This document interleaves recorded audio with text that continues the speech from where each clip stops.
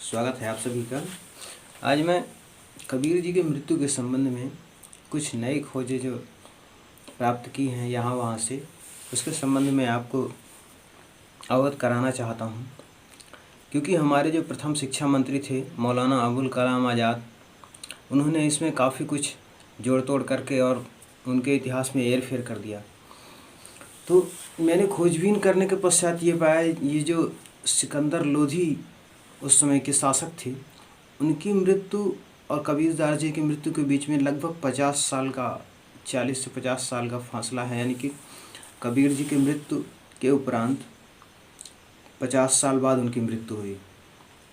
तो जो ये घटनाएं बताई जा रही हैं लगभग इस एंगल से तो ठीक ठीक बैठती हैं। जो कुछ लोग काल्पनिक कहते हैं कि उनके समय का काल अलग था और कबीरदास जी की मृत्यु का काल अलग था, वे इस बात को झुठला नहीं सकते कि वो उस समय के शासक थे।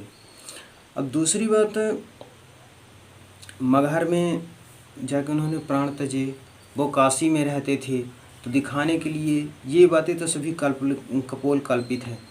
क्योंकि बहुत सारे चमत्कार और वो उनके अपने भक्तों के द्वारा और उनके जो चाहने वाले थे, या आप जो भी कह लें, पंथी कह लें या कुछ भी कह लें, उन्होंने गढ़े हैं।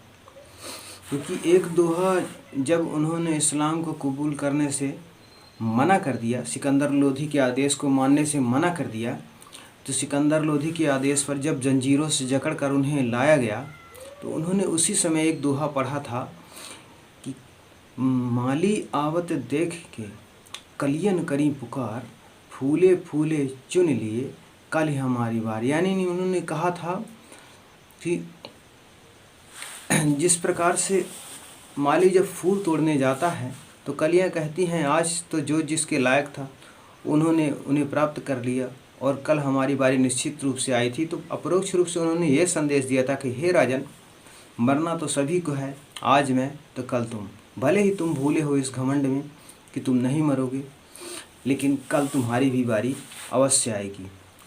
और जिस समय उन्हें मृत्युदंड दिया जा रहा था और उनकी पत्नी लोई को यह समाचार प्राप्त हुआ, तो वह पछाड़ खाकर गिर पड़ी और बेहोश हो गई। और उनके पुत्र कमाल और कमाली भी उनको लिपट कर, यानी उनकी पत्नी को लिपट कर रोने लगे। तो यानी ये घटना बिल्कुल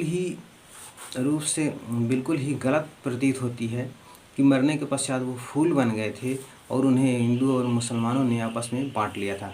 देखिए, चाहे जो भी धर्म हो, चाहे हिंदू धर्म हो, चाहे इस्लाम धर्म हो, चाहे ईसाई हो और चाहे सिखिज्म हो, इसमें समय के साथ साथ काफ़ी कुछ बदलाव हुआ है और काफ़ी कुछ पंडित पुजारियों ने, मुल्ले मौलवियों ने, पादरियों ने अपने हिसाब से फ़ायदे के लिए अपनी अपनी चीज़ें घुसेड़ दी हैं। जबकि कबीर एक संत थे, एक कवि थे। सबसे बढ़कर वो, सबसे पहले तो मैं ये कहना चाहूँगा, वो कवि थे। क्योंकि उनकी रचनाएं और उनकी रचनाएं से ऐसा प्रतीत होता है कि उन्होंने पाखंड पर हर उनकी कविता में पाखंड पर प्रहार किया गया है।